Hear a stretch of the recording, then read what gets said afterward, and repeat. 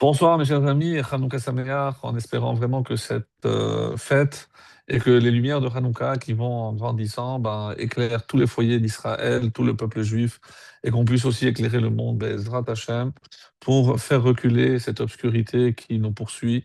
Et malheureusement, même loin d'Israël, on a vu en Australie, on a une pensée évidemment pour toutes les victimes, en espérant que Hachem nous permette, nous, d'apporter cette lumière. Et on va dire un petit mot, donc une Gemara vraiment symbolise parfaitement ce qui se passe autour de la fête, autour des lumières de la fête de Hanouka. Quoi qu'il en soit, et on doit s'acquitter de notre devoir, puisque nous lirons la paracha de Miketz, Miketz qui tombe quasiment toujours en plein Hanouka. C'est l'une des raisons pour laquelle il est extrêmement rare qu'on lise la Haftara de Miketz, le Shabbat de Miketz. Donc la prochaine, c'est en l'an 5800. Donc, vous imaginez, donc c'est dans 24 ans où ce ne sera pas Miketz Hanouka et on pourra lire la Haftara de la paracha de Miketz. Quoi qu'il en soit, donc si cette paracha tombe toujours en plein milieu de la fête de Hanouka, c'est que, évidemment, comme nous le disent tous nos Chachamim, il y a obligatoirement un lien. Donc c'est ce qu'on va essayer ce soir. On va essayer d'éclairer ou d'apporter un éclairage concernant le lien qui peut exister entre la paracha. En tout cas, on va voir quelques rémazim, quelques allusions que nous trouverons dans la paracha. Et on commence déjà par le tout début. Donc, de quoi s'agit-il dans la paracha? Je vous rappelle, ce sont les rêves de Pharaon qui permettront à Yosef de sortir de prison. Et donc, on va voir euh, cette ascension fulgurante de Yosef au poste de vice-roi d'Égypte, avec la rencontre avec ses frères, lorsque, à cause de la famine, Yaakov se sera contraint d'envoyer ses enfants chercher de la nourriture. Et on terminera donc avec, comme vous le savez, cette mise en scène de Yosef, où il prendra le gavia, la coupe, avec laquelle il avait fait semblant de connaître l'emplacement de chacun par ordre de naissance lorsqu'il les a placés pour manger. Et grâce à ce subterfuge, il voulait tester encore une fois la loyauté des frères vis-à-vis d'un autre fils de Rachel, comme il s'était comporté avec lui, pour voir s'ils avaient fait amende honorable et il pouvait vraiment leur faire confiance. Donc, tout ceci, on aura l'occasion peut-être de revenir dans la paracha de la semaine prochaine, Vaïgash. On aura en principe terminé déjà la fête de Hanouka. Et c'est pour cela que, comme nous n'aurons pas d'autre occasion de réfléchir à cette fête extraordinaire, avec tout ce que, évidemment, vous pourrez réentendre par rapport aux années précédentes, tous les cours que nous avons déjà donnés. Mais encore une fois, il y a toujours des petites perles, des petites choses qu'on peut apporter en rapport donc avec la paracha. Le début de la paracha commence par Vahi Miketz Shenata et Miyamim ou par Ocholem. Ce fut au bout de 2 années et entières, littéralement, donc, et Pharaon a fait un rêve. Donc on va voir ce fameux rêve avec les vaches et autres. Donc on ne va pas revenir dessus, mais déjà d'emblée, les Chachamim nous disent, si on prend les dernières lettres de, ce, de ces mots. Vaïhi, c'est le Yud, Miket, le Tzadik, Shenatayim, c'est le même, et Yamim, c'est aussi un même. Et si je fais la somme, donc même, 40-40, ça fait 80. Yud, oui, c'est ça, Yud de Vaïhi. Donc, ça fait 80. Et après, nous avons le Tzadik, donc encore le Tzadik, avec, ça fait Tzadik plus le Yud, 90 plus 10, c'est 100, plus 40 et 40, donc ça fait 180. Et quel rapport avec 180? Eh bien, tout simplement, on l'avait déjà dit, lors du rêve avec l'échelle, on avait vu à ce moment-là une interprétation de ces anges qui montaient. Ce sont les 4 exils que connaîtront les enfants d'Israël. Et comme il était rapporté dans la Haftarah de la semaine dernière, tout ce que Hachem fait, il le révèle à ses prophètes. Donc Yaakov a vu les 4 exils. L'autre personne qui a vu les 4 exils, c'était Moshe Rabbeinu. Dieu a montré dans le buisson ardent on dit qu'Hachem a montré à Moshe les quatre futurs exils du peuple juif. Donc, et pourquoi 180 a un lien avec un exil? Parce que nous savons que, par exemple, Bavel, donc il a vu l'ange monter 70 marches. Il a compris que c'est un exil qui allait durer 70 ans. Ensuite, il y a eu Madaï et Paras qui est monté 52 ans. Donc, l'exil pas l'exil parce qu'on était déjà en dehors d'Israël, donc a duré 52 ans. Avec Yavan, avec la Grèce, donc ça a duré 180 ans. Donc là, et on trouve 180 comme une allusion directe. 180, c'est la période que nous avons dû subir la domination des Grecs ici en terre d'Israël, et ça correspond également au nombre d'années de Yitzhak Avinu. Yitzhak, donc, qui a vécu aussi 180, et on avait déjà fait un lien, pour ceux qui s'en souviennent, quel est le lien entre Yitzhak et la Grèce? On avait rapporté un fameux Baal HaTurim qu'il est bon de rappeler parce qu'il est vraiment exceptionnel, puisqu'on avait eu l'occasion les années précédentes également de voir un peu en détail les les différents décrets que les Grecs avaient imposés au peuple juif. Et parmi eux, donc, on a vu que Gazrou al-Pérou Urbu, et ils avaient empêché le peuple juif de se multiplier, de procréer. Et comment ils s'y sont pris? Eh bien, Lachem Gazrou Shekol Anashim Lo Yitbelu Le Hitaher Benidatam. Donc, ils ont interdit tous les mikvaot, et une femme ne pouvait pas se rendre au mikvé, et donc ne pouvait pas accomplir la mitzvah de Piria Verivia. Donc un décret, s'il en est donc vraiment d'une ampleur qu'on ne peut même pas imaginer, surtout que même, et c'est ça la force du peuple juif, même pour ceux qui étaient considérés comme hellénisants, ce qu'on aurait pu dire assimilés, et ben, même assimilés, ils savaient l'importance du mikvé, et aucune femme n'aurait osé aller avec son mari sans évidemment se tromper dans un mikvé. Alors qu'est-ce qui s'est passé? Et là, c'est le Balatourim qui nous a donné une réponse extraordinaire, tirée d'un midrash dont seul lui apparemment avait connaissance, puisqu'on n'a pas retrouvé un midrash ou une source, mais nous savons que le Balatourim avait une mémoire colossale, et peut-être que, évidemment, s'il l'a dit, c'est qu'il l'avait lu quelque part, donc on peut lui faire évidemment confiance. Et il nous dit que lorsque Yitzhak s'est battu avec les bergers des Pélishtim, rappelez-vous, c'est que eux, ils s'entêtaient à boucher les puits que Abraham avait ouverts et que Yitzhak s'était efforcé de réouvrir. Alors évidemment, il y a beaucoup de symboles, donc la Torah, l'eau, la Shekhinah, la divinité, la présence de Dieu. Donc les Pélishtim voulaient tout faire pour empêcher la révélation de la lumière divine, et Yitzhak, c'était son rôle. Donc, ces trois puits, d'après l'explication de Ramban, le premier correspond au premier temple qui s'appelle Essek, parce qu'on s'est occupé d'autre chose, on a délaissé l'essentiel, c'est la Vodazara, on a fait l'idolâtrie, donc le meurtre et également les relations interdites, et c'est ce qui nous a évidemment causé la perte du premier temple. Le deuxième temple est Sitna, la haine, et le Ramban nous dit la haine gratuite, bien entendu, qui est à l'origine de la destruction du deuxième temple. Troisième, puis Rehovot, l'Oravo Aleha. Là, on nous dit qu'il n'y a pas eu de dispute, et c'est pour ça que Yitzhak dit que Arshav, maintenant Dieu va nous permettre de nous étendre sur terre, Ufari nous ba'ares, et on pourra se multiplier.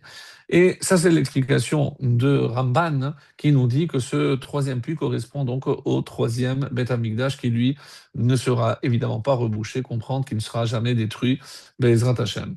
Donc, le Balatourim donne une autre interprétation. Il nous dit le premier puits correspond à Bavel, donc le deuxième à Madaï, Perse et Mède, et le troisième, Keneged Yavan, il dit Keneged Yavan, autrement dit, c'est par rapport à Yavan. Et Reprovod, voilà le texte, Keneged Yavan, chez Gazrou, chez Loïd Belou, parce qu'il avait fait comme décret, imposé comme décret de ne pas se tremper, les Monham, Mipilia Velivia. pour les empêcher, pour empêcher le peuple juif de se multiplier. Venaasa lahem nes. Et il y a eu un miracle. Venisdamen lahem mikve babaït l'école echad echad. Alors, et il y a eu un miracle, et dans chaque foyer est apparu un mikvé. Et donc, on ne peut pas imaginer un plus grand miracle, même par rapport à la fiole. Je pense qu'il s'estompe, il est complètement éclipsé par l'apparition d'un mikvé dans chaque foyer juif qui a permis à toutes les femmes de continuer à se tremper et de continuer à accomplir la mitzvah de procréation de Piria Verivia. Donc la question véritable, c'est comment se fait-il que on n'en parle pas plus? Eh ben, deux explications, deux réponses à cette question que j'ai pu trouver. La première, parce que tout ce qui touche le mikvé doit se faire dans la plus grande pudeur et évidemment la plus grande discrétion. Donc on n'a pas voulu ébruiter un miracle pareil. Et par ailleurs, la deuxième réponse, qui évidemment me paraît aussi très plausible, parce que imaginons que cette arme, à savoir empêcher le peuple juif de se multiplier, tombait entre des mains de nos pires ennemis. Alors s'ils avaient su que en fermant les mikvaot, en empêchant les femmes juives mariées de se rendre à un mikvé, mais c'était le meilleur moyen de faire disparaître le peuple juif sans lancer une seule balle ou une flèche, eh ben, ça aurait été extrêmement dangereux. Donc on a en quelque sorte gardé sous silence cette explication pour ne pas qu'elle tombe entre de mauvaises mains. Quoi qu'il en soit, et je pense que ce qu'il faut retenir par rapport à ce décret, c'est la conviction intime qu'avaient toutes les femmes juives à l'époque qu'il n'était pas question de s'unir à son mari sans le mikvé. Malheureusement, et c'est tellement triste, que si toutes les dames, toutes les femmes juives eh ben, connaissaient l'importance de cette mitzvah, puisque comme on va le voir, les Grecs vont vraiment s'attaquer à ce qui est l'essentiel du peuple juif, tout ce qui fait notre particularité, et comme s'ils avaient quelqu'un qui soufflait à leur oreille, voilà ce qu'il faut si vous voulez, effectivement, d'après le livre justement des Hashmonaïm et autres, on parle d'un Titi Ben Pachad, un personnage assez mystérieux qui soufflait à l'oreille des Grecs, et vous n'avez pas compris, par exemple, tant que eux, ils continuent à offrir le korban tamid, le korban perpétuel, eh ben, ça les protège et vous ne pourrez rien faire. Tant qu'ils continuent à célébrer la fête de Soukhot, eh ben, vous ne pourrez rien faire contre eux. Donc, d'où ils avaient toutes ces connaissances, malheureusement, c'est par rapport donc à la trahison de certains juifs qui s'étaient hellénisés et qui étaient passés, on va dire, dans l'autre camp. Et voilà d'où venaient forcément nos pires ennemis, c'est de nos propres rangs. Alors, par ailleurs, donc c'est ça, on va essayer d'y revenir, mais c'est ce qu'on peut déjà expliquer ici, que Yavan donc, savait quelle était la force du peuple juif. Donc par ailleurs, on va voir que quand dans la paracha, ici par exemple, donc on pose souvent la question, comment se fait-il que, parce que, pourquoi on nous a précisé au bout de 2 années entières? Parce que rappelez-vous, la fin de la semaine dernière, Yosef, qui avait interprété le rêve et du maître échanson et du maître panetier, eh ben, il avait demandé, et n'oubliez pas, s'il vous plaît, quand vous arriverez, dites au Pharaon que c'est injuste, et ne m'oubliez pas. Alors, on a dit que comme il a compté sur un non-juif, hein, et alors est-ce que c'est grave? On dit que si jamais Yosef était sorti grâce à l'intervention d'un goy, donc il aurait été redevable à toujours. Ça, c'est l'explication que nous donne très belle de l'Admour de Satmar. Donc, comment imaginer que, parce que tout ce que Yosef va endurer, on va voir plus tard que le peuple juif va l'endurer, et de la même façon que après avoir atteint le niveau le plus bas. Donc, on parle de Yosef. Qu'est-ce qui l'a préservé? Parce que le nom de Dieu était toujours dans sa bouche. Et on va voir, par exemple, que parmi les interdits, et ça peut nous paraître assez étonnant, eh ben, il était interdit de parler, voilà, Gazrou Shelo Leaskir Shem Shamaim Alpihem. Il était interdit de prononcer le nom de Dieu. Donc, si jamais il se faisait attraper, il se faisait tuer. On n'avait pas le droit de prononcer le nom de Dieu. Alors, quand on sait que Yosef, donc, qui incarne cette émouna extraordinaire, parce que même dans la prison, même lorsqu'il se présente devant le pharaon, je dis non, je ne sais rien. Moi, sans l'intervention d'Hachem, je ne pourrais pas interpréter vos rêves. Donc, il n'hésite pas, il n'a pas honte à mettre toujours Dieu dans sa bouche. Et comme on va le voir, le Mégalé Moukot, donc lui qui dit que la guerre des Grecs contre le peuple juif, c'est la guerre contre tout ce que incarne Yosef, Yosef Hatzadik, et c'est pour ça qu'on va aller jusqu'à faire graver dans les cornes des taureaux En lachem chelek leola beloke Israël. Vous n'avez pas de part dans le Dieu d'Israël. Mais pourquoi le short? Donc on dit que c'est par rapport à Yosef. Tout ce que incarne Yosef, donc Éloqué Israël, donc lui qui parlait toujours du Dieu d'Israël, eh ben vous devez oublier cela, comme on a voulu expliquer pourquoi dans les cornes, donc certains pensent que c'était ce qu'on utilisait comme biberon. Autrement dit, on a compris que si on commence à passer un message dès le plus jeune âge, eh ben ça va rester gravé et évidemment, ça laissera des séquelles et aura des conséquences. Donc imaginez donc déjà la connaissance que détenaient les Grecs. Donc là aussi, on peut se poser la question pourquoi, quand on parle toujours de la Grèce, quand on parle de l'exil de Yavan, eh ben, il y a toujours une similitude avec l'obscurité. On dit que dès que Dieu a créé le monde, il a déjà annoncé le programme. Dès le deuxième verset, donc il est écrit Ve'are saita tohu bohu chosher al peneteron. Donc qu'est-ce que cela veut dire? Tohu, sans traduire ou expliquer, correspond à la période de Babel. Bohu, la période de Perse et Mède, et chosher, l'obscurité, c'est Yavan. Et Pénétérum, l'abîme, c'est Édom, puisque, comme vous le savez, on a parlé des marches des quatre anges qui montaient, et Yaakov s'est réveillé en sursaut lorsqu'il a vu l'ange de Esav monter, et ne pas redescendre. Donc là, on a compté plus de 1950 ans, donc depuis la destruction du deuxième temple, nous avons entamé le dernier exil, celui de Édom, et celui qui a, sans aucun doute, pris le plus grand nombre de victimes au sein du peuple juif, l'Inquisition, le pogrom, la Shoah, et évidemment, la liste n'est pas exhaustive, mais tout ceci dans les 2 derniers millénaires. Donc, on pense, et on est donc convaincu que Ve'ruach Elokim Merachefet al Pnei Hamayim. Et donc, qu'est-ce que c'est cet esprit divin? On dit que c'est le Mashiach. Le Mashiach qui viendra au terme donc du dernier exil, celui que nous traversons, et celui qui arrive, Baruch Hashem, et en espérant le plus vite possible, à son terme. Donc là, on voit, et on peut se poser la question tout légitimement, comment je peux taxer la Grèce d'obscurité, alors que eux, pour eux, ils ont apporté la lumière dans le monde, donc dans un monde ignorant qui sombrait dans le paganisme, dans l'ignorance et le fétichisme et tout ce que vous voulez. Donc la civilisation grecque a quand même contribué par la science, par l'art, par les mathématiques, l'astronomie, donc la philosophie. Donc comment je peux prétendre que la Grèce est symbolisée par l'obscurité? Alors, est-ce que, évidemment, par rapport à la lumière d'Israël, est-ce que cela veut dire qu'on craint? Évidemment que non. Non, il n'est pas question de cela.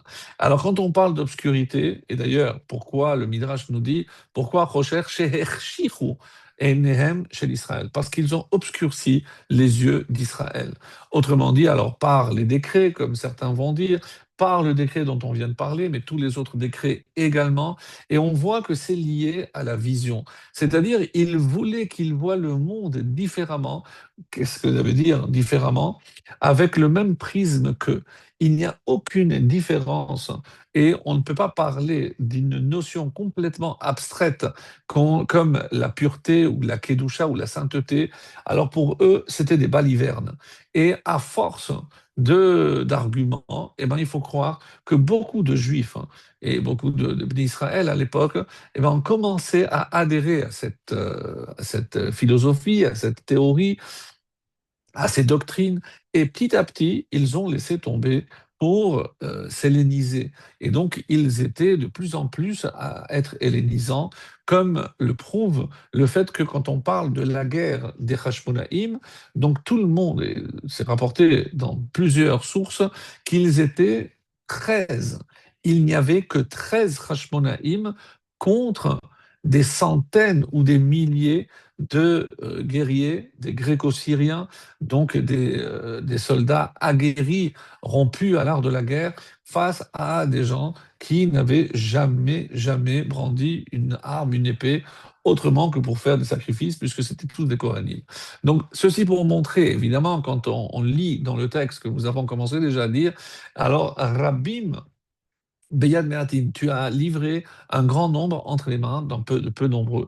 Mais si on imagine qu'il n'était que 13, et pour une bataille comme celle-ci, évidemment que c'est un miracle incommensurable, même si nous on en parle dans la Tfila, mais que la Gemara, dans Shabbat 21, lorsque on parle de Hanouka, il est surtout question de cette petite fiole dont on va évidemment essayer de parler à nouveau. Quoi qu'il en soit, donc on dit ici qu'on ne peut pas faire confiance à un goy et Yosef va payer le prix, donc 2 années supplémentaires en prison jusqu'au moment où Hachem a considéré que Igi Haketz, donc là, la fin de l'emprisonnement. Et ce terme Ketz désigne aussi Ketz Hayamin. Donc je le dis souvent, c'est la fin des jours, la fin des temps tels que nous les connaissons. C'est aussi une expression qui désigne les temps messianiques. Donc, c'est pour cela que les Chachamim voient ici un parallèle, bien entendu, entre Yosef et ce que tous ses descendants vont endurer par rapport aux 4 exils, par rapport à la fin de cet exil, et comment on ne peut pas compter sur des goyim pour la Géoula finale, la Géoula Atida, la prochaine rédemption. Et il ne faut pas croire que c'est par bonté d'âme que le Sarah Mashkim ici est en train de raconter. Il ne voyait évidemment que son propre intérêt, comme ça a toujours été le cas dans l'histoire qui unit Israël à d'autres nations. Ils n'ont jamais vu que leur propre intérêt. Et quand ils pensaient qu'il n'y avait pas d'intérêt, ils n'hésitaient pas à expulser, au pire, tous les Juifs de leur royaume. Alors, quand on va voir, par exemple, que le Mégaléa Moukot nous dit qu'il y a une similitude, on avait parlé dans les années précédentes, mais il est bon de le rappeler, c'est par rapport à la valeur numérique, ce qu'on appelle la gematria.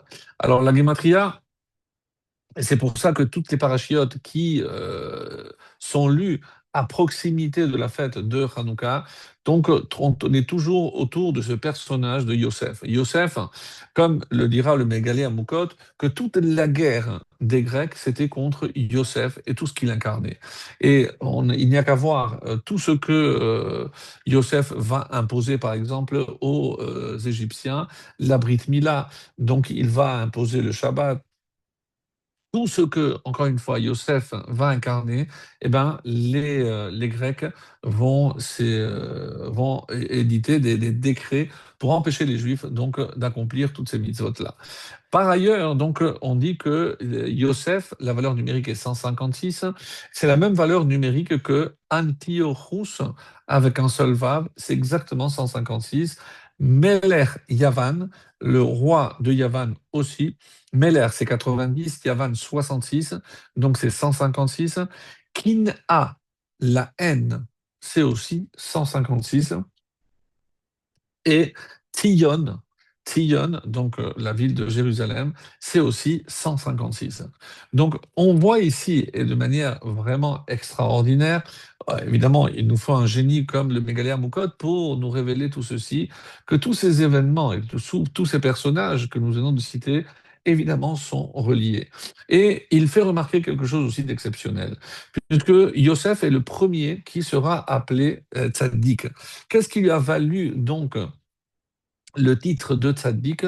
C'est, rappelez-vous, lorsque il a failli tomber entre les mains de la femme de Potiphar. Et à ce moment-là, nous raconte le Midrash, il lui est apparu l'image de son père sur une fenêtre, Al-Khalon.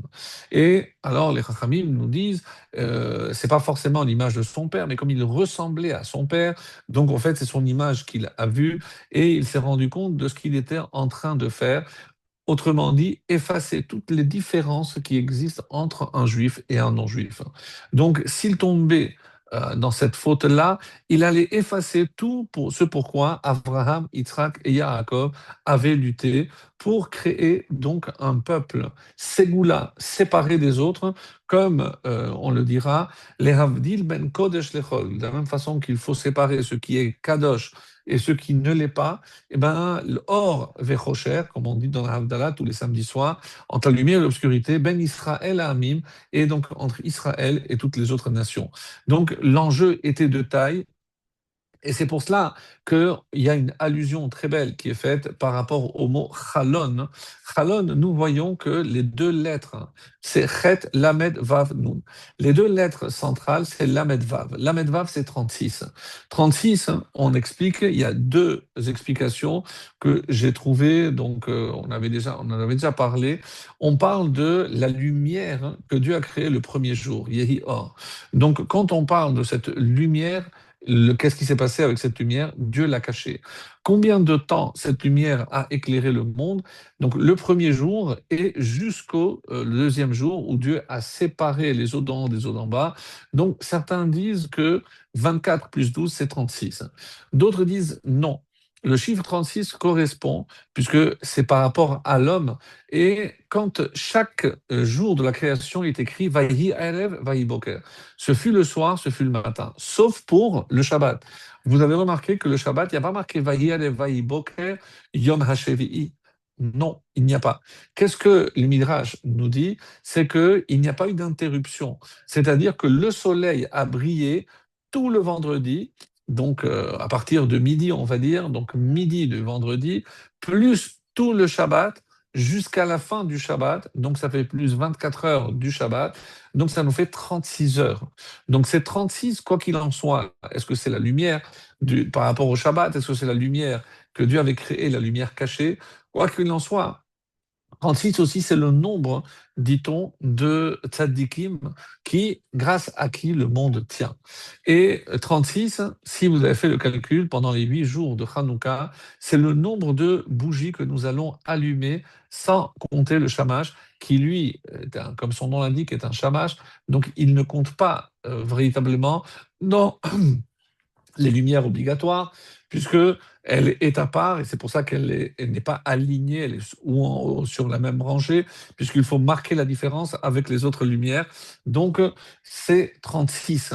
Donc, et il reste le chet pour le mot chalon, pour revenir au mot chalon, le chet au début et le nun à la fin. Et qu'est-ce que ça symbolise? Nun, c'est les nerot, chet Chanukah. Donc, dans le mot chalon, je vois une allusion aux bougies, 36 bougies de Hanouka. Donc, et quel rapport encore avec Yosef et ce qu'il a vu?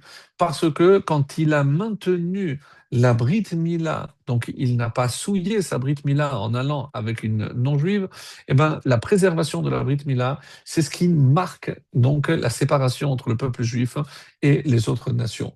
On a vu aussi que dans la bracha que nous faisons, les Hadlik Ner Chanukah, donc les Sfaradim ne disent pas Shel, on suit le Bet Yosef qui nous dit qu'il ne faut pas dire le Shel. D'autres, les Ashkenazim, certains rajoutent le mot Shel. Et pourquoi il ne faut pas dire le mot Shel? Parce qu'il faut que le nombre de mots dans la bracha soit de 13. On en parlera tout à l'heure.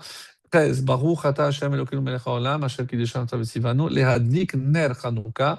Et si je prends les quatre derniers mots, v'tzivanu, lehadlik Ner Hanouka. Si je prends les premières lettres, ça donne aussi Chalon. La deuxième bracha chez Hassan Nissim Lavotenu Bayamim Mahem Bazeman Hazeh comporte aussi 13 mots. Donc on va voir que le chiffre 13 revient souvent. N'oubliez pas que d'après Beth Shammai, on devait allumer d'abord 8, ensuite on allait en diminuant. Pourquoi? La deuxième explication qu'il a donnée, tout à fait. La deuxième explication qu'il a donnée, c'est parce que c'est comme les parés hachag. Et qu'est-ce que c'est les parés hachag? Les taureaux qu'on offrait au Beth Amikdash lorsque le temple existait pour la fête de Sukkot. On commençait par 13 et au bout de 7 jours, on terminait par 7. Donc, si vous vous rappelez la suite arithmétique, comment on calcule? Donc, c'est 13 plus 7, on prend les deux extrémités. Je calcule, donc ça fait 20, multiplié par le nombre de chiffres qu'il y a divisé par 2, puisque c'est la somme que chacun donne. Donc 20 multiplié par 7, c'est 140, divisé par 2, 70. Donc la somme de tous les taureaux donne 70. Et qu'est-ce que ça symbolise d'après Beth Shammai? C'est les 70 nations. Et par rapport à ces 70 nations, pourquoi on va en diminuant? Puisqu'on souhaite que la force et l'influence des nations aillent en diminuant. Et d'ailleurs, et c'est comme ça qu'ils ont compris, et c'est pour ça qu'ils ont empêché parmi les décrets, c'est également Gazerou, Levatel et Tragasukot. Qu'est-ce qui les dérangeait si les Juifs, au contraire, allaient s'abriter sous un toit éphémère? Qu'est-ce que ça pouvait déranger? Non, ils avaient compris ce message qu'on souhaitait, même si la halakha, comme vous le savez, n'est pas comme Beth Shammai, mais le simple fait qu'ils savaient que ce qu'on souhaitait à travers cette fête-là, c'est précisément la diminution de l'influence et de la force des nations. Et il existe une question aussi, je crois qu'on n'a jamais abordée, c'est lorsque le roi Salomon a construit le Beth Amikdash, vous savez que en plus de la menorah qui avait été construite par Moshe Rabbeinu, il en a construit 10 autres. Et on n'a pas trouvé d'allusion, mais d'où ça vient, pourquoi qu'est-ce qui lui a pris de fabriquer encore 10, donc 5 de chaque côté, et où il y a eu, on n'a aucun texte qui parle. Alors il y a au contraire, on a une interdiction de Baltosif. Tu n'as pas le droit de rajouter à ce que la Torah t'a ordonné. Alors on trouve, d'après les explications des Chachamim, puisque quand on parle de la menorah, TAC, elle sera faite. Et là-bas, il y a un Yud après le Tav, TAC avec Yud. Et pourquoi ce Yud supplémentaire? Parce qu'à un moment donné, il faudra faire 10 encore. Et c'est l'interprétation que Shlomo Ameler en a faite. Mais qu'est-ce que ça symbolise? Et la réponse est très belle, puisqu'à l'époque de Moshe Rabbeinu, dans le Mishkan. Donc, on devait évidemment conquérir la terre de Canaan. Combien de peuples il y avait en Canaan? 7. Et donc, c'est les 7 branches de la menorah. Quand on allume la menorah, c'est pour disperser les nations qui nous empêchent d'éclairer le monde, c'est-à-dire d'apporter la connaissance de Dieu dans le monde. Et ces 7 peuplades devaient disparaître parce que leur but ultime, comme les Pélishtim, nous avons parlé avec Yitzhak, c'était d'empêcher les Juifs de révéler la présence divine sur terre. Et donc, on comprend que à l'époque de Moshe, il y avait 7 nations, donc c'est les 7 branches d'une menorah. Mais avec Shlomo Ameler, si je dis qu'il y avait 10 ménorotes, donc il y avait 70 branches. Et vous avez évidemment compris que ces 70 branches, c'est Keneged, c'est contre les 70 nations. Donc Shlomo Ameler, et il a réussi, puisqu'il n'y a pas eu de guerre, personne n'a levé un petit doigt pendant le règne, les 40 ans de règne de Shlomo Ameler, personne n'a levé un petit doigt contre Israël. Donc de là, on comprend que Shlomo Meller, évidemment, avait une raison très valable de construire ces 10 ménorotes supplémentaires. Alors, le Admour de Bels nous dit que quand ils ont vu que Yosef, quand marqué, il donne ici, quand le jour où le premier qui a observé le Shabbat, on dit que c'était Yosef. Et il y a une allusion à cela. On dit que le jour où il a reçu ses frères dans la paracha, Utvoach tevach vehachen, et vehachen vehechinu et asher yaviu, chaque fois qu'on parle de préparation, c'est une allusion à préparer avant que le jour ne commence. C'est celui qui prépare la nourriture avant l'entrée de Shabbat. Et donc, c'est pour ça qu'on dit qu'il a reçu ses frères, c'était un jour de Shabbat. On va aller même plus loin, comme le Admon de Belz va le dire, puisque Utevoar Tevar Vehachen, si je prends le dernier fait de Tevar, plus Vehachen, si je mets toutes les lettres ensemble, ça donne Hanouka. Donc, quand est-ce qu'il a reçu, et c'est dans cette paracha, donc c'est pas étonnant que cette paracha tombe le Shabbat de Hanouka, parce que c'est un Shabbat de Hanouka que Yosef a reçu ses frères. Hein. Et comment? Alors, il y en a qui font le calcul, puisqu'ils sont arrivés un jeudi, et après 3 jours, il les a libérés et il les a invités à manger. Donc, ils sont arrivés un jeudi, vendredi, samedi. Donc, c'est un Shabbat qu'il les a fait passer à table, les a invités. Et on dit que c'était le Shabbat de Hanouka. En tout cas, c'est comme ça cette explication du Admour de Belz. Ve'echin ou et donc ça parle de Shabbat. Et il y a encore, puisqu'on va continuer à parler du lien qu'on peut voir dans cette paracha avec Hanouka, on va voir que quand, à la fin de la paracha, il va faire des cadeaux à chacun, à Binyamin, il va donner 5 fois plus. Chamesh Yadot, 5 fois plus, donc comme une main, donc 5 fois plus de cadeaux à Binyamin. Évidemment, il savait que c'était son frère, et il l'a mis dans la confidence, d'après le Midrash, il lui a dit, écoute, je vais mettre ma coupe dans ta sacoche, ne sois pas étonné, je vais voir la réaction de nos frères. Et ça, bon, c'est comme on va voir à la fin. Mais quand on lit, par exemple, dans la Hamida, on a rajouté à la Nissim. Et là-bas, on dit dans cette belle prière, Umasarta Giborim Biat Halashim. Et tu as livré les forts entre les mains des faibles. On comprend les Grecs entre les mains des Hashmonaïm. Rabim Biad Meatim, des nombreux entre les mains des peu nombreux. Temeim beyad teorim, des impurs entre les mains des purs. Reshaim beyad tzadikim, des mécréants entre les mains des tzadikim. Vezedim beyad osetoratecha, donc zedim, c'est des impies, mais ceux qui nient l'existence de la Torah entre ceux qui, oui, s'occupent de Torah. Alors, mes amis, ici, il y a quelque chose de très, très choquant. Et évidemment, on va en parler. En tout cas, combien de yad il y a ici, tel entre les mains d'eux, il y a 5 occurrences. Donc, on comprend que par rapport aux 5 fois plus que Yosef a donné à Binyamin, ici, il y a donc les faibles entre les mains, les forts entre les mains des faibles, les purs et purs. Donc, il y a 5. Et on dit que ça, c'est une allusion. Et c'est pour ça qu'il y a marqué Chamesh Yadot, 5 fois Yad, et on le voit ici. Alors, je disais qu'il y a ici quelque chose de frappant. Pourquoi? Parce que dans la suite de cette prière, hein, qu'est-ce qu'il est dit? Ulcha asita shem gadol vekadosh beolamecha. Et pour toi, tu as fait un grand nom, une grande renommée, et kadosh et saint beolamecha dans ton monde. On ne sait pas à quoi ça fait allusion. Et pourquoi ce qui s'est passé, puisqu'on parle de la guerre essentiellement, pourquoi ça a agrandi le nom d'Hachem? En quoi le nom d'Hachem a été agrandi?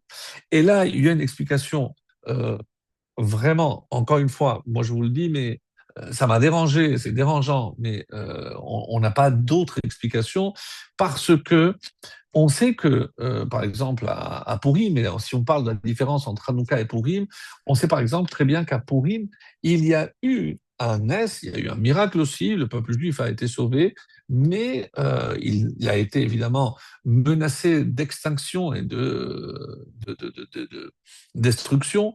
Mais il y a un point quand même assez étonnant, c'est que l'Erkenos et Kol Yehudim, Esther dit à Mordechai, va et réunit tout l'ensemble du peuple juif, et on dit que c'est parce qu'ils ont fait Teshuvah qu'ils ont mérité la Géoula. Donc la Teshuvah a été le déclencheur de la Géoula, de la délivrance. Évidemment, intervention d'Esther, sans aucun doute, Mordechai qui a fait le relais, il n'y a pas de doute là-dessus. Mais le peuple a mérité d'être délivré et sauvé parce qu'il a fait Teshuvah. À Hanouka, je vous pose la question, est-ce qu'il y a eu une teshuva? puisqu'on parle de 13, et on va voir, parce que tout Hanouka tourne autour de ce chiffre 13. On a vu le nombre de mots pour les brachot, mais on va voir aussi ailleurs, et on va revenir sur le chiffre 13. Mais comment je peux imaginer qu'il n'était que 13 à affronter une armée comme celle des Gréco-Syriens? Donc, où étaient les autres Juifs? Eh bien, la réponse est simple, mes amis. La réponse, et on l'a dit tout à l'heure, parce que de plus en plus de Juifs, et parce que c'est vrai qu'à Hanouka, il y a marqué qu'il y a un grand nombre mityahadim. Mityahadim, c'est ils devenaient Yéhoudim, ils se sont convertis au judaïsme. Donc c'est sûr que l'impact de Mordechai et de tous ces événements a laissé une trace. Donc évidemment, Ulcha Asit Hashem Gadol, là j'aurais pu dire qu'Hachem, évidemment, tout le monde en parlait, mais c'est pas écrit comme pour Hanouka. Alors qu'à Hanouka, on assiste à l'inverse. On voit plus de juifs qui se convertissent qui adhèrent à l'hellénisme beaucoup plus que l'inverse. On n'a pas entendu parler de Grecs qui se sont convertis. Donc, qu'en est-il ici, mes chers amis? Et c'est ça la question. Parce que si je reviens sur ce qu'on avait dit tout à l'heure, Giborim, les forts entre les mains des faibles, on parle évidemment des Grecs, des soldats. Rabbim biad me'atim, donc un grand nombre entre les mains d'un petit nombre. Là, évidemment, on parle de nos ennemis. Et on arrête là. Pourquoi? Qui sont les Téméim? Les Téméim, ce n'est pas les Goïm, puisque un goy n'est pas tamé. Un goy n'a pas le devoir de pureté ou d'impureté. Les téméim, c'est des juifs qui se sont rendus impurs. Les rechaim, mais un rachat, c'est évidemment, on parle aussi d'un juif qui a laissé tomber. Beyad Tzadikim. Et les Tzadikim, on sait que c'était les Hashmonaïm. Ou alors pire, Zedim Beyad Osket Toratecha, c'est tous ceux qui ont délaissé la Torah par rapport à ceux qui continuent à s'occuper de Torah. Donc sur les trois dernières catégories, on parle ici des juifs. Mais qu'est-ce que ça veut dire qu'Hachem a livré ces hommes-là entre les mains des tzadikim ou de ceux qui s'occupent de Torah? Ça veut dire, mes amis, et n'ayons pas peur de le dire, même si c'est extrêmement dérangeant, et c'est vrai que Hanouka, ça reste une fête extraordinairement belle, mais contre qui les Hashmonaïm ont dû lutter? Pas que les Grecs, pas que contre les Grecs. Ils ont aussi dû lutter contre des Juifs. Et ça fait mal à entendre. Mais alors, comment je peux dire que le nom d'Hachem a été grandi?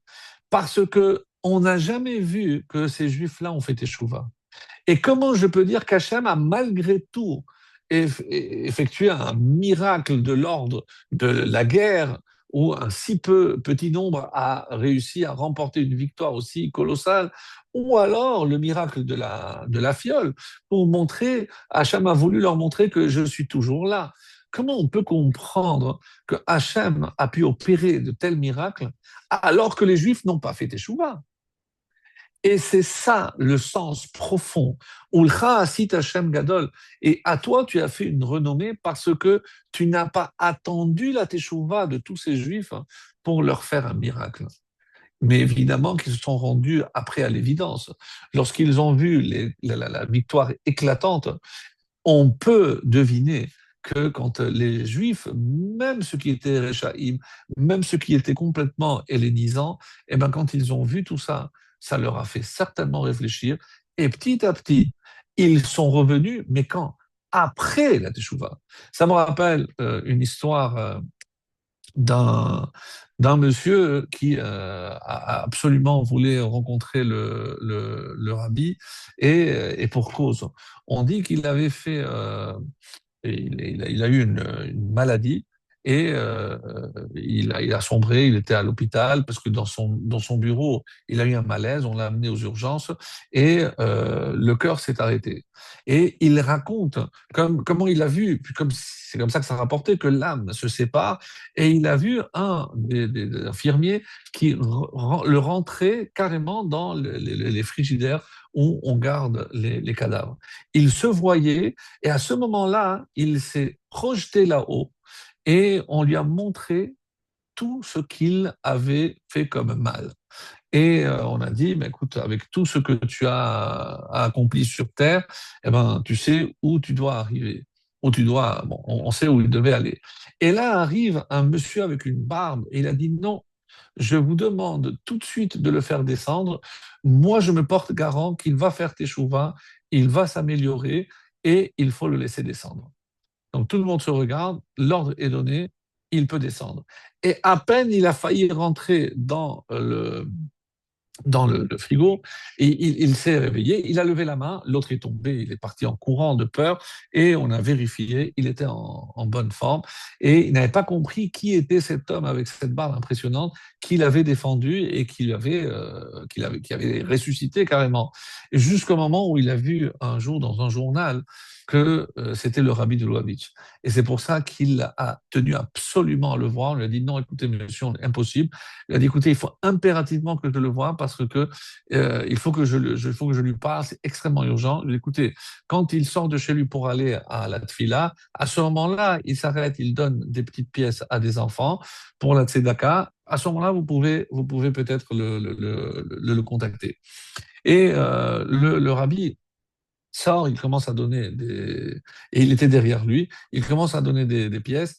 Après, il fait un demi-tour, il le regarde, il lui dit, nous deux, nous savons qu'est-ce qui s'est passé réellement.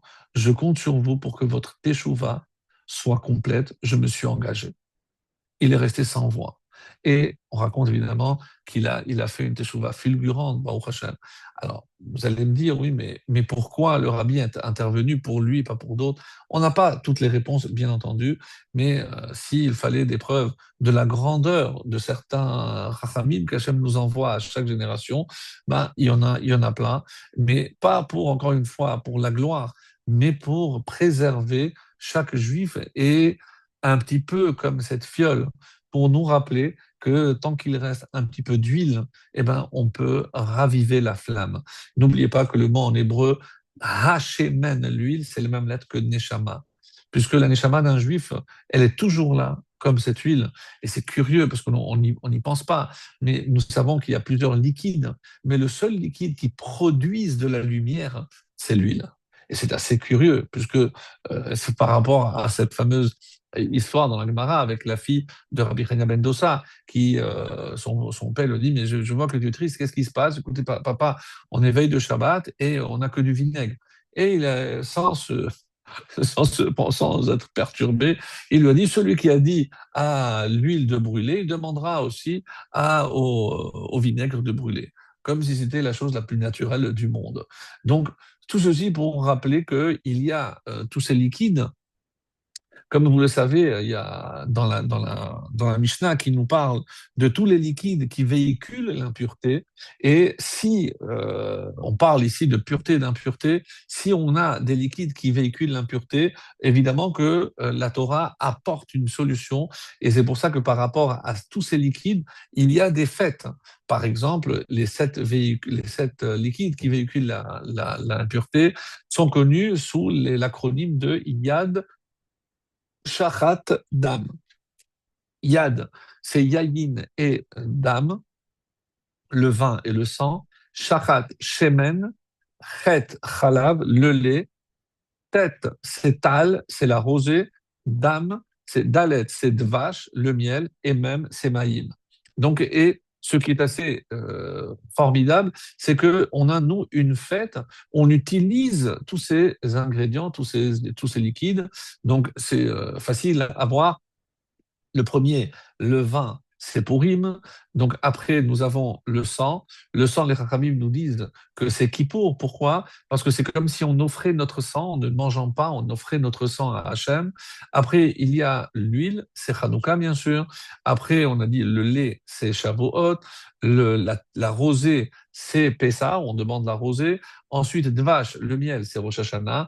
Et Maïm, lorsqu'on demande la pluie, l'eau, c'est évidemment Sukkot. Donc, toutes les fêtes. On retrouve ici quelque chose de formidable, c'est que tous les liquides dont nous avons parlé se trouvent déjà dans la nature. Même le lait, ce que l'homme fait sortir le lait, mais il ne fabrique pas, il ne produit pas le lait. Mais les seuls liquides que l'homme évidemment, il doit participer pour sa confection, c'est le vin et l'huile, qui correspondent aux deux fêtes, Purim et Hanouka, les deux fêtes qui ont été instaurées par des Chachamim et qui ne viennent pas dans la Torah, malgré évidemment toutes les allusions que nous avons vues depuis le début du cours. Mais tout ceci, évidemment, c'est les Chachamim qui ont imposé, ce ne sont pas des fêtes bibliques, ni post-bibliques, parce qu'elles ont évidemment, elles concernent des événements qui sont passés après. Alors, quand je comprends que de l'huile, je peux produire un liquide, mais c'est inconcevable. Quand je vois évidemment une olive, je ne pense pas qu'en pressant, je puisse obtenir un liquide aussi précieux comme l'huile. Et ceci pour nous dire que de la même façon, eh ben, ces deux fêtes, hein, et pour Purim, où je dois aussi écraser le fruit pour obtenir le liquide, mais c'est beaucoup plus facile que pour Hanouka, où l'effort que l'homme doit faire est beaucoup plus important. Et c'est pour ça que nous sommes comparés également à l'huile d'olive, non seulement parce qu'elle ne se mélange, peu importe le liquide avec lequel nous le mélangeons, mais aussi parce que pour obtenir ce résultat, il faut presser. Donc, est-ce que c'est les yissourines, est-ce que c'est les épreuves, peu importe, mais c'est comme ça qu'on sait que les Chachamim nous disent que pour qu'un juif donne le meilleur de lui-même, il doit aussi subir peut-être une pression, alors pression à froid ou à chaud, ça c'est nous qui décidons, mais en tout cas, c'est certain que c'est comme ça qu'on peut donner le meilleur de nous-mêmes. Alors, quand je disais que le chiffre 13 est omniprésent donc dans tout ce qui entoure la fête de Hanouka, alors on a commencé par les 13 taureaux le premier jour, mais ce n'est pas à ça que je fais allusion. Dans le chant qu'on chante tous les soirs, Maosur Yeshuati, qui a été composé par Rabbi Mordechai, donc on connaît pas, puisque Mordechai, on sait que par rapport aux initiales de chaque strophe, ça donne Mordechai, Chazak. Il y a si vous l'analysez, on n'a pas le temps de tout voir ensemble, mais puisqu'on parle des exils, des différents exils, on parle de Babel, on parle de Haman, on parle enfin de Yevanim Nikbetsu Alai. Les Grecs se sont rassemblés contre moi, et après, qu'est-ce qu'ils ont fait? Donc, à Zaï Bimei Hashmonaïm, à l'époque des Hashmonaïm, et qu'est-ce qu'ils ont fait? Partsou Chomot Midala. Ils ont défoncé, ils ont ébréché les murailles de mes tours et ils ont également, on dit, rendu impur tous les huiles, Vetim ou Kolashmanim. Ou minotar kankanim, de ce qui restait dans les fioles. Alors là-bas, donc Naasanes, donc on a eu un miracle et ils ont allumé. On dit Benebina Yemeshemona, Kaveushir Unanim, on a fixé un temps pour les chants et les louanges. Alors, ici, on dit par Chomot Migdala, ils ont défoncé les murailles, mais on n'a jamais vu que les Grecs ont cassé quoi que ce soit. Il est rapporté dans la Mishnah qu'il y avait à l'intérieur du temple un muret qui s'appelait le Soreg, dit Fahim, donc qui était relativement petit, donc 50 centimètres, et quand sont rentrés, ils ont fait 13 brèches. On ne comprend pas. Alors, que représentait cette muraille? C'est que même lorsqu'un non-juif voulait offrir un korban, une offrande au temple, il pouvait non seulement l'envoyer, il pouvait rentrer, mais il ne pouvait pas dépasser ce petit muret. Donc, ce muret représentait la limite à laquelle le non-juif pouvait accéder à l'intérieur du temple. Il ne pouvait pas aller au-delà. Et ça les rendait malades, ça les rendait fous. Donc, ils ont fait 13 brèches. Alors, plusieurs explications. Pourquoi 13? 13 parce que si j'enlève Yosef et je mets Ephraim et Ménaché, je retombe sur 13 Shevatim, 13 tribus, et non pas 12. On dit aussi que 13, c'est les Midot, le rival nous dit, c'est les 13 Midot Arachamim. Et pourquoi c'est tellement important? Parce que quand je vais fixer le nom de cette fête, Hanouka, ils ont campé. Enfin, avec tous les miracles dont on a parlé, que ce soit la guerre ou la trouvaille de la fiole, tout ce que j'ai retenu, c'est que Hanou, ils ont campé. C'est quand même étonnant. Alors que si Nahu on aurait dû dire Nachuka, Nachu, ils sont reposés. Mais qu'est-ce que ça veut dire Chanou? Chanou, ils ont campé, mais c'est ça le nom de la fête. Alors, d'après les explications beaucoup plus profondes, on dit non. Ça vient du terme chen. Chen, c'est la grâce. Et c'est aussi Noach. Noach, certains disent que c'est Ner Hanouka, c'est les initiales. Donc pourquoi? Parce qu'on dit que ce sont les 13 midot, les 13 vertus de miséricorde d'Hachem. Kel chanun verachum erech apayim verav chesed venake lo yenake poked avot an avabanim. Donc bon, c'est tous les 13 midot, les vertus de miséricorde. Et on dit que ici c'est chanun. Hachem, il a trouvé grâce parce que quand Hachem a fait un miracle, alors que nous, on n'avait aucun mérite, il n'y avait pas de Teshuvah, on dit qu'on a mis en avant l'aspect de Chen, de Chanoun, El Rachum Vechanoun. Donc Hachem, il a pitié de son peuple, et même si on n'a pas eu de mérite, il nous a fait un miracle. Et pour nous le rappeler, et ce miracle, donc, c'est le 25, on a trouvé cette fiole, et la fameuse question du Beth Yosef, mais il est évident que le miracle n'a pas duré 8 jours, mais 7. Pourquoi avoir imposé 8 jours? Alors, il y a des centaines d'explications et de réponses. La première, c'est parce que le premier jour, c'est certains disent pour la victoire militaire, d'autres disent non, c'est pour le miracle d'avoir trouvé la fiole. Et l'autre explication qui, évidemment, tombe sous le sens, c'est que pour qu'il puisse rester pour les 7 autres jours, ça veut dire que le premier jour, au lieu que tout soit consumé, donc il y a une partie seulement, et donc il y a le premier jour, il y a déjà eu un miracle. Donc voilà, des réponses, il y en a à gogo. Donc vous pouvez consulter, il y a plein d'ouvrages qui vous donneront encore d'autres, mais celle-là, je pense que c'est le plus parlant. Quoi qu'il en soit, donc on voit ici que le chiffre 13, qui symbolise aussi le mot Echad, la valeur numérique du mot Echad, qui veut dire un, parce que on fait un avec Akadosh Baruch Hu, et ça, il ne pouvait pas. On dit d'ailleurs que ce qui les dérangeait, c'est que nous, on se considère comme les fils de Dieu. Banim Atem. Et quand est-ce qu'on a été appelé Banim? Une fois qu'on a reçu la Torah. Comme on va le voir dans le chant, Bene Bina. C'est les enfants de la Bina, du discernement. Parce que nous, on sait vraiment discerner, et le discernement, c'est entre le bien et le mal. C'est pas parce qu'on a mangé le fruit, mais parce qu'Hachem nous a donné la Torah qui nous aide à discerner le bien du mal. Donc, sans la Torah, on pourrait évidemment être comme les autres et ne pas comprendre la différence qu'il y a entre ce qui est bien aux yeux d'Hachem, bien sûr, parce que c'est Hachem qui détermine ce qui est bien ou ce qui ne l'est pas. Donc, ce chiffre 13, donc très emblématique tout autour de la fête de Hanouka, et c'est pour ça que c'est 13 brèches, hein. Donc, pour nous dire qu'il voulait rompre cette unité entre le peuple et Akadosh Baruch Hu. Par ailleurs, donc on va voir, comme on l'a dit, que parmi la Gézéra qu'ils ont fait, Alma Monam Veneged Benot Israël. Donc, et c'est comme ça que le Rambam, hein, dans un texte aussi que j'ai concocté ici, il nous dit dans les Hilchot Chanukah, que chez Malché Yavan, lorsque les rois de Yavan ont fait tous ces décrets sur Israël, ils ont voulu bitlou datam. En fait, ils ont voulu annuler tout simplement leur religion. Et ou pashtu yadam bemamonam ou bevnotehem.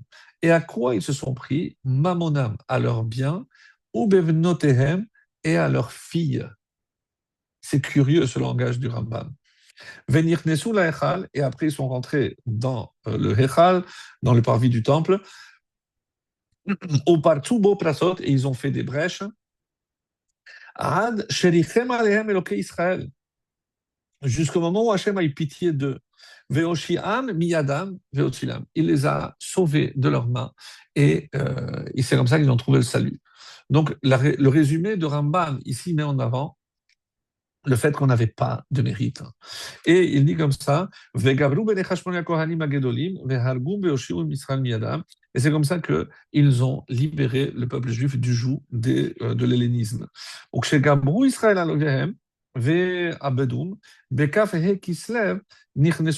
c'est pour ça qu'une fois qu'ils ont remporté cette victoire, le 25, ils sont rentrés dans le parvis du temple et ils n'ont pas trouvé Shemen Tahor Bamikdash, même si nous avons une règle qui dit que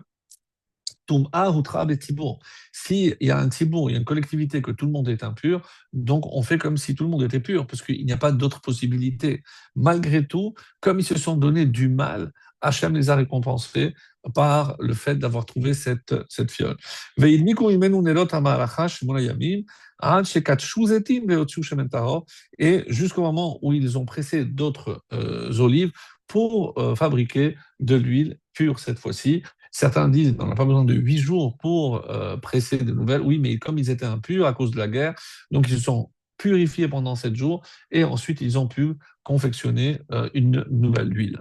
Alors, là, ce qu'il faut comprendre, c'est que donc, la guerre essentielle des Hashmonaïm contre les Grecs, hein, comme c'est rapporté dans le livre de Zecharia, Zecharia, donc le livre de Zacharie, il est au chapitre 9, le verset 13 dit Ve'orarti banayir Tzion al banayir Yavan. Et j'exciterai, excité, de réveiller tes fils de Tzion contre les fils de Yavan, contre les fils de la Grecque. Et dans la Septante, il y a une autre traduction, c'est contre les enfants des Grecs. Donc, très étonnant. Et à quoi ça fait allusion? Ben, on nous dit ici que c'est clairement dit que Benaïr Tzion. Et Tzion, on avait dit que c'est aussi la même valeur numérique que Yosef. Et qu'est-ce que vous remarquez dans le mot Tzion? Tzion, c'est que il y a le tzaddik du début du mot, et si j'enlève le tzaddik, il reste yon, c'est-à-dire Yavan. Autrement dit, dans Tzion, il y a Yavan. Si on est capable de prendre les valeurs pour lesquelles prônait, on va dire, la civilisation grecque, les mathématiques, l'art, la science, la médecine, tout ce que vous voulez, la philosophie, la pensée, évidemment que tout ceci est forcément aussi positif. Quand? Lorsque il y a un tzaddik avant. Comme Noach l'avait dit, tant que la beauté de Japhet, elle est circonscrite dans les tentes de Shem, tout va bien.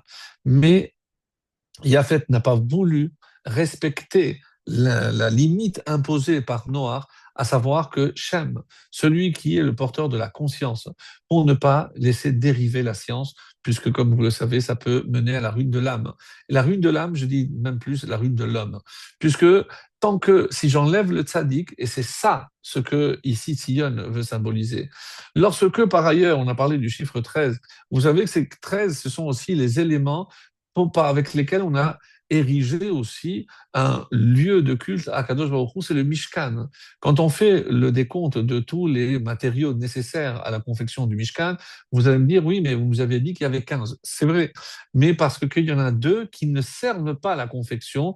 C'est précisément l'huile, puisque l'huile ne participe pas à la construction. C'est pour, évidemment, oindre plus tard, mais aussi pour l'allumage, Shemen la Mahor, l'allumage.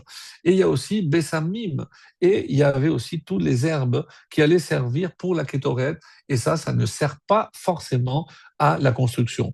Donc les éléments nécessaires à la construction du Mishkan, 6 sur 15, j'enlève 2, il reste 13. Donc je trouve encore ce chiffre 13 qui est, encore une fois, le symbole de la Shekhinah, puisque le Mishkan est le lieu où la Shekhinah devait être présente. Donc, on va aussi prendre le symbole de la bougie et pourquoi, quand on a voulu instaurer le rappel de ce miracle, pourquoi on va demander d'allumer?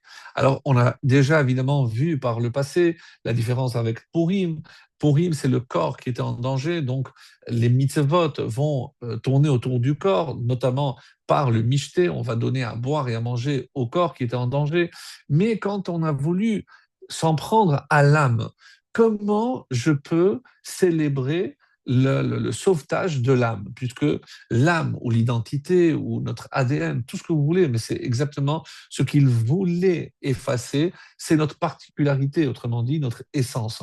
Alors comment je fais pour célébrer notre essence, notre naissance peut-être ou renaissance, puisque on dit que Hanouka, certains disent de ce terme, j'ai dit tout à l'heure par rapport à Chen, mais on a dit que c'est aussi le Hanouka à Misbéach, parce que comme le Misbéach, ils avaient offert des animaux impurs et donc détruits, ils ont construit et donc ils ont inauguré un Misbéach, donc un nouvel hôtel, et c'est pour ça qu'on a donné aussi ce nom de Hanouka. Bon, il y a plusieurs réponses, elles sont toutes évidemment bonnes et acceptables.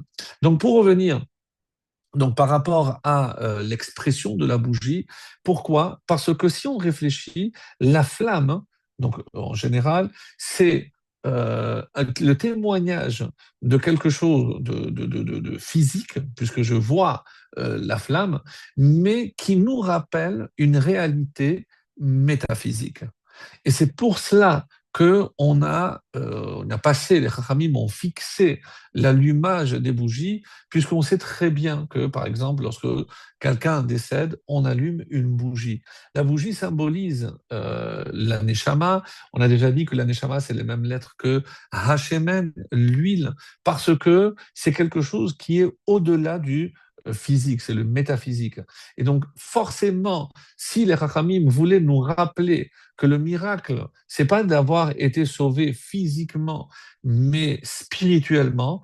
Et on sait que dans le temple, la menorah symbolisait tout ce qui était spirituel face à la table où on posait les pains qui symbolise tout ce qui est physique. Donc la menorah a toujours symbolisé non seulement ce qui est spirituel, mais aussi la Torah orale. La Torah orale, comme on dit, Iner mitzvah vetorah or. Donc la lumière, c'est le symbole aussi de la Torah. Et c'est pour ça que, comme dira Hillel, on va en progressant, donc en Kodesh, Ma'alim va Kodesh. Donc je dois progresser, donc je dois faire toujours un peu plus.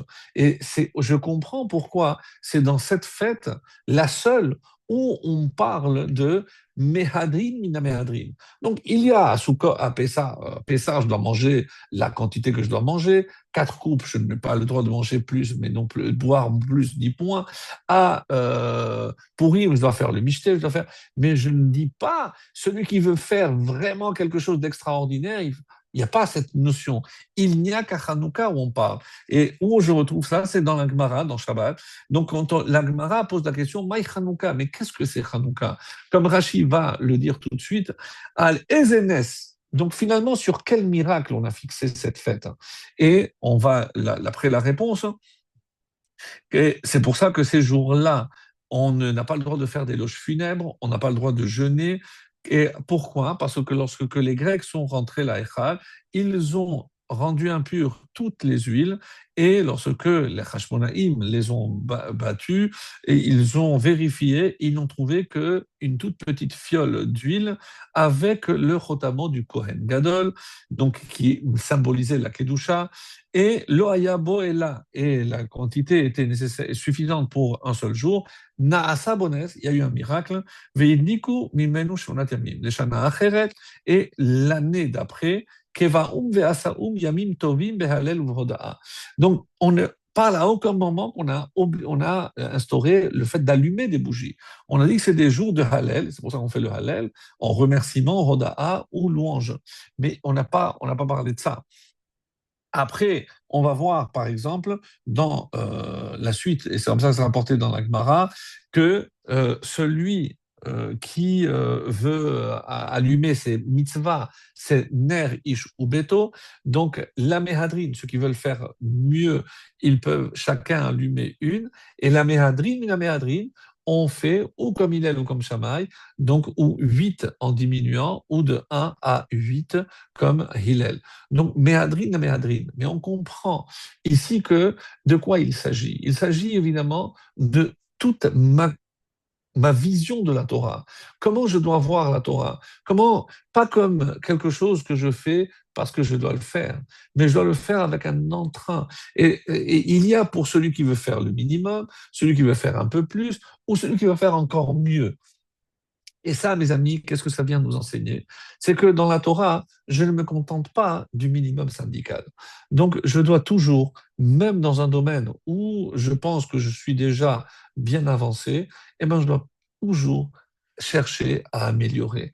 Donc, je fais Shabbat, mais est-ce que j'ai déjà fait toutes les halachot? Pourquoi chaque Shabbat, on fera 2 halachot en famille? On va progresser un petit peu, on va essayer de prendre sur nous, de faire un peu plus dans tel ou tel domaine, on peut toujours aller de l'avant. Et c'est ça le symbole, puisque c'est ça qui nous a préservés, et c'est ça le message essentiel de Hanouka. Donc on dit que le feu, par ailleurs, il va toujours vers le haut. Et donc, et c'est pour ça que c'est le symbole par excellence de la spiritualité qui symbolise évidemment le haut. Et il ne peut pas non plus, le feu, il a une particularité, contrairement à tout ce qui est matériel, il ne peut pas être contenu. L'eau adopte la forme du récipient, mais le feu, je ne peux pas le contenir. Donc, parce qu'il est, il est impossible, même si c'est quelque chose apparemment de matériel. Et par ailleurs aussi, contrairement à tout ce qui est physique, je peux prendre à partir d'une flamme et allumer plein d'autres sans que la première perde de sa, de sa force. Pourquoi? Parce que ça, c'est la force du feu, c'est la force de la lumière, et c'est ça le symbole. C'est que je peux transmettre sans pour autant perdre de sa force d'origine. Alors, dans ce fameux chant que j'ai chanté tout à l'heure, au Minotar Kankanim. Donc on a expliqué c'est quoi le fait qu'ils ont ébréché. Dans la suite, on dit au Minotar Kankanim et du restant des Kankanim, des fioles. Mais il n'y en avait pas beaucoup. On dit qu'on n'a trouvé qu'une seule. Et qu'est-ce qui s'est passé? Naasan Nes, ça, il y a eu un miracle pour qui? La Shoshanim. Mais la Shoshanim, c'est qui la Shoshanim? Ben, c'est pourquoi on ne dit pas la Hashmonaïm, parce que ça rime Shoshanim avec Hashmonaïm. Non, il y a quelque chose de beaucoup plus profond. Le Zohar nous révèle, et je ne sais pas si vous avez déjà entendu parler, mais c'est symbolique bien sûr, que la Shoshana, la rose, a 13 pétales. Donc ici, comme on dit Shoshanim, donc c'est au pluriel, donc c'est un minimum, c'est 2. Donc 2 fois 13, puisqu'il y a 2 roses, 2 fois 13, c'est 26. Et où est-ce que je trouve 2 fois 13 d'ailleurs, mes amis? Je l'ai dit tout à l'heure, c'est les 2 brachot que je fais tous les soirs quand j'allume la Hanoukia. Baruch Hashem, Leadlik Ner Hanouka, 13 mots, et il y a aussi 13 mots. Où est-ce que je retrouve aussi cela 13? Je ne l'ai pas dit tout à l'heure, mais c'est le nombre de lettres de Abraham, Yitzhak et Yaakov, c'est 13. Sarah, Rivka, Rachel et Léa, c'est 13 lettres aussi. Donc 13 et 13, c'est 26. Donc, et encore une fois, Naasan Nes, à qui on a fait un miracle, et pourquoi? Parce que quand Keshoshana ben Hachochim, les roses sont parmi des ronces. Mais lorsque il y a un miracle, le miracle touche aussi les ronces. Vous vous rappelez qu'on a dit, mais comment se fait-il que Hachem a fait un miracle, même à ces juifs qui n'avaient pas fait Teshuvah? On peut les comparer aux ronces. Mais quand Hachem a fait ce miracle, et c'est ça la vérité de ce miracle-là, c'est que même les ronces ont profité de ce miracle. Et c'est ça la particularité de Hanouka qu'on ne trouve nulle part ailleurs. Certains disent que ça veut dire que cette fête restera jusqu'à la fin, parce que lorsque Mashiach devra venir, eh ben, même ceux qui malheureusement n'ont pas eu le temps de faire une teshuva complète, eh ben, eux aussi seront inclus et sauvés. Et c'est ça le message, encore une fois, de Hanouka. On le dit toujours, Mashiach, Madikim, Shemonat Yemei Hanouka. Donc on allume les 8 jours de Hanouka, c'est Mashiach. Mais le Haïzal nous dit, mais qu'est-ce que c'est que ces notar Kalkanim? Et il nous dit que Hachem, il va innocenter tout le monde. Et c'est ce qu'on est en train de dire. Et comment je peux voir ça? Parce que dans la Torah, le verset dit Venake yenake. Littéralement, il va nettoyer de toute faute. Venake yenake. Et il y a donc 2 fois Venake yenake. Et qu'est-ce qu'il dit ici au Minotar? Si j'enlève kan, kanim, 2 fois kan. Alors, dans Venake, j'enlève kan, il reste vav et he. Et Yenake, j'enlève aussi à l'intérieur ces kan, il reste Yud et He. Vous vous rendez compte ce que la Rizal dit? C'est Venake, Yenake. Donc, au Minotar, si j'enlève le kaf et le nun de ces 2 mots, qu'est-ce qu'il reste? Yudke, Vavke, c'est-à-dire 26. Et je comprends, Naasan Nes, la Shoshanim, et je retrouve le chiffre 26 par rapport à Nake, Yenake, parce que Dieu aura innocenter tous les juifs. Et c'est cela qui va faire le miracle. Alors, je sais pas ce que vous en pensez, mais je trouvais que l'idée est vraiment formidable de se dire que même les Juifs qui n'ont pas eu le temps, comme ces ronces, eh ben, ce message de Hanouka et aussi s'adresse à eux. Et encore, on n'a pas eu, voilà, c'est ce que je voulais partager encore, voilà, que je trouve. Et pour la conclusion, j'avais dit que il y a une Gemara où on parle, et très belle, dans Baba Kama, et qu'est-ce qu'il est rapporté là-bas? On nous raconte qu'il y a, alors, c'est une Mishnah dans Baba Kama, et il nous rapporte le fait qu'il y avait, qui traite des dommages. Et on dit qu'à la page 62b, donc je vous invite à aller voir là-bas, on trouve l'exemple donc d'un forgeron qui, lorsqu'il tapait sur l'enclume avec son marteau, il a fait jaillir une étincelle et il a endommagé le bien d'autrui. Alors, donc la Gemara, la Mishnah dit qui est coupable. Donc le forgeron est reconnu comme responsable. Après, il y a le cas du chameau qui est chargé de lin et qui passe dans une ruelle étroite et le lin déborde, tombe dans une échoppe qui est éclairée par une bougie et prend feu. Alors, l'échoppe prend feu. Le propriétaire du chameau est reconnu comme responsable des dommages causés, puisqu'il n'a pas fait attention à la hauteur. Et qu'est-ce que cette bougie faisait à l'extérieur? On dit qu'avant, c'était comme les annonces publicitaires. Donc, lorsque je voyais une bougie à l'extérieur, je savais que le magasin était ouvert. Si par contre, le propriétaire du magasin avait placé cette bougie à l'extérieur, avant de signaler que son magasin était ouvert, c'est lui qui est responsable. Donc, si la bougie est à l'intérieur et que, parce que le lin a débordé, alors à ce moment-là, c'est le propriétaire du chameau qui est responsable, mais si il a mis la bougie à l'extérieur, donc c'est le propriétaire du magasin qui est responsable. Et là, Rabbi Yehuda dit que s'il s'agissait de la bougie de Hanouka, le propriétaire est à ce moment-là, le commerçant n'est pas tenu pour responsable. Après, on va voir, donc, de là, on déduit la distance, à quelle hauteur on doit mettre, plein de choses. Mais comme je voulais conclure par cela, je me dis, mais qu'est-ce que ça symbolise pour nous? Pourquoi on est allé chercher tout cela? Alors, sachez que il y a un parallèle très beau qui est fait par rapport donc à ce fameux passage et qui nous dit la chose suivante, c'est que représente chacun de ces acteurs. Alors, on nous dit que le forgeron, c'est celui qui travaille le fer. C'est la révolution industrielle. Qui c'est? C'est Esav, l'Occident.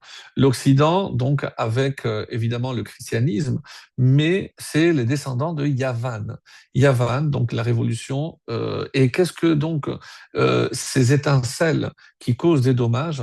Eh ben, c'est tous les dommages collatéraux, puisque tout ce qu'on est prêt à sacrifier pour la science, pour la technologie, pour l'avancement du savoir humain. Donc, ils sont prêts à sacrifier sur l'autel de la connaissance tout ce qui peut être sacrifié. Ça, c'est l'Occident, et on a vu malheureusement les dégâts. Donc ça, c'est Esav. Et les héritiers de Yavan. Le chameau, il symbolise, on le sait, c'est Ishmaël. Et Ishmaël, avec son foin, n'hésite pas, il ne contrôle pas. Pourquoi? Parce que son but, c'est de détruire. Et Ishmaël ne cherche qu'à détruire. Et le chameau, donc comme ça que c'est marqué, il veut mettre le feu là où se trouvent Esav et tous les autres. Pourquoi? Parce que si le premier veut Esav, on a dit que son but, c'est la maîtrise de la nature. Donc, par contre, ça c'est Esav, Ishmaël, lui, il ne connaît que la destruction. Et il n'y a qu'à voir. Ils ne connaissent que ça. Ishmaël, c'est là où ils vont, ils détruisent. Donc, eux, c'est la destruction. Et le propriétaire du magasin, celui qui tient absolument à préserver tout ce qui existe, c'est Israël. Et comment il s'y prend? Eh ben, en mettant la lumière de Hanouka à l'extérieur. Parce que notre rôle, c'est d'apporter justement cette lumière dans le monde. Donc, évidemment que les deux autres points mènent à une impasse. La destruction, on n'en parle pas, mais maîtriser à n'importe quel prix la nature, ça amène aussi à une forme de destruction ou d'autodestruction. Donc, la Torah vient et nous qui incarnons ces valeurs, nous qui représentons la lumière, comme l'a dit Zecharia. Donc, c'est la lumière des enfants de Sion contre les enfants de Yavan. Et c'est comme la traduction de la Septante. C'est-à-dire, c'est à nous d'éclairer le monde, mes amis. Donc, prenons en compte donc tout le message extraordinaire de ces bougies de Hanouka, donc de tout ce qu'on a voulu, à ce qu'on a voulu porter atteinte, tout ce qu'incarne toutes les valeurs de la sainteté, de la pureté, de mettre notre confiance comme Yosef en Hachem, et c'est comme ça qu'on réussira. Comme Yitzhak, qui a réussi à laisser ce troisième puits, ils ne l'ont pas bouché, et ben, qu'à l'instar de Yitzhak, et ben, ce troisième Beth Amikdash, nous puissions contribuer et être méritants pour assister à sa reconstruction, à l'allumage de la menorah qui éclairera le monde. Amen, Kenny Ratson.